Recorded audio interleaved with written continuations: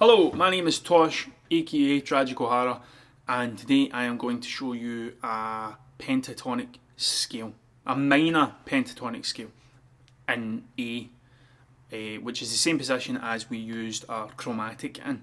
So it is, right? So the way to play this scale is to keep your pointing finger on the 5th fret, right?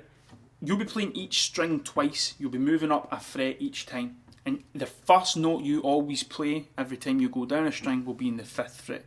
So if you hold that position, which is the same position you used for the chromatic scale, wink wink, see what I did? What to do is go first finger using your pinky and the rest of these, right? Rather than playing like this, using and stretching, doing these horrible stretches, because what happens is, it'll be easier to begin with. It will be easier to begin with, but it will cause you great damage and harm further down the line when you try and learn other stuff. When you try and go so fast, or you try and do big stretches or something like that, it won't stand you in good stead. It's better to take the hard road now, so that later on the road's a bit easier, because it will get harder.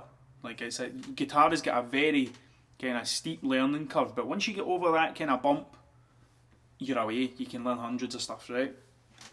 But if you treat it like this then now, okay, and you go 5th fret, 8th fret, so your pinky goes into the 8th fret. Now every time you play in the 5th fret it's a downstroke, and the next fret would be an upstroke. Make sure you do that.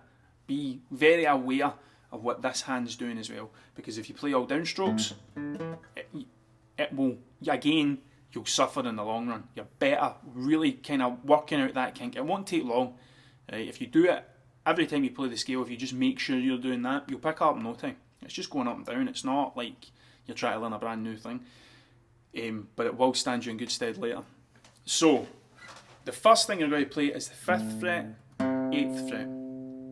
You go down a string, 5th fret, 7th fret, using your ring finger. When you go down again, it's the 5th fret and the 7th fret. So go over them, 5, 8, 5, 7, 5, 7, like that. Then when you drop down, it's 5, 7 again, like that. And the bottom two strings are 5, 8, 5, 8. Making sure you use your pinky. So slowly, it will go 5, 8, 5, 7, 5, 7, 5, 7, 5, 8, 5, 8. And go back the way. 8, 5, 7, 5, 7, 5, 7, 5, 8, 5. A wee bit faster.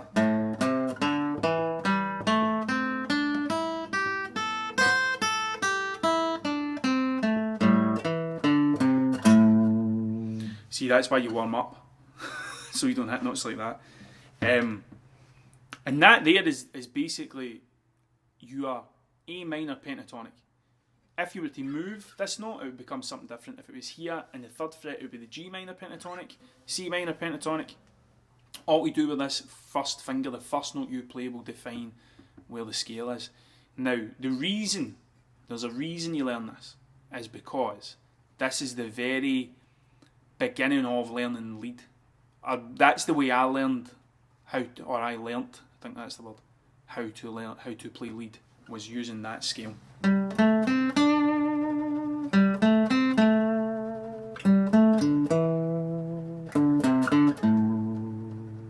That's all notes in that scale, right? Then in the next couple of videos we'll talk about permutations and licks and different things you can use, different techniques to do to then make that into something else.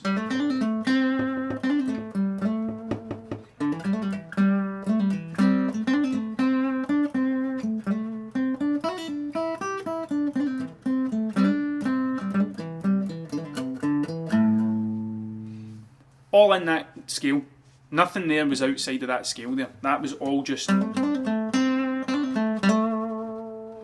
that pentatonic. And that will come as long as you practice the pentatonic. As long as you learn where the notes are, all the other stuff will come.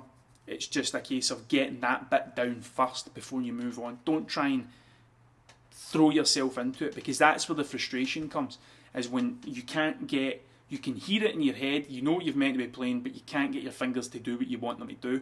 That's where the frustration comes in. And I've been there millions of times, especially with playing lead and stuff like that. But the advice I can give you is start slow and don't worry about getting super fast to begin with. It will come, and it'll happen faster than what you think. Like, one day you'll just wake up and you'll be like, I can play this now. Like, I remember a month ago when I couldn't play this. Like, it will happen. It's just about taking your time and learning it properly. So, again, 5th fret, 7th, 5th fret, 8th, 5, 7, 5, 7, 5, 7, 5, 8, 5, 8. Just like that. Practice like that with a metronome.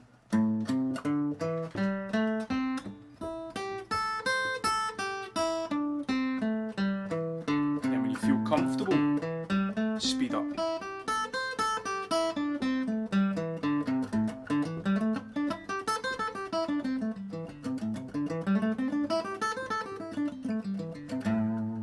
And it will happen. But if you can get a metronome, that will make life easier for you. And just play to it. And then speed it up when you feel comfortable. You get through it 2 or 3 times without making any mistakes. Put it up. It's not going to be forever. It's not like you need to sit and play it for an hour at that speed. Bump it on, bump it up. And then what happens is you might get to a point where you're missing more notes and it's harder to get the 3 times in a row without making notes. Bump it down a bit. Just one. Just go down that set of stairs again to the stair before. Learn that and then jump up. That's all it is. You don't need to go right back to the start. And by the time you've done your warm-up and you've done your chromatic, it will be easier for you to go in that, using that to get yourself limber, get everything, the blood moving in your hands and all that sort of stuff, get your brain working, and it will make it easier to learn that stuff than it will just going in, just straight away picking it up. And that's my advice to you for learning that sort of stuff. So go and practice that. Every time you do it, make sure you do your chromatic beforehand, and in the next couple of videos we'll talk about permutations, and we'll add in some other kind of basic scales for people to start. We'll add in some basic skills for people to start moving around the guitar, and these are things that you'll notice in other people's songs. So for example, Sabbath, like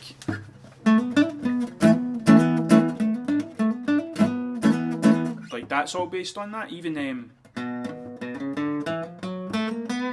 you've got a few of the kind of chromatic notes in between it, but like Sabbath, Hendrix, all that sort of stuff, pretty much everything, you'll see some of the things from scales and from things you've learnt from other songs and from other playing, and it will all start to make sense, and you'll get a bigger picture. It's like a jigsaw. You'll get a wee bit and a wee bit, and then you'll start to recognise some things, and then once you've recognised them, they're there. It's what people call their trick bag.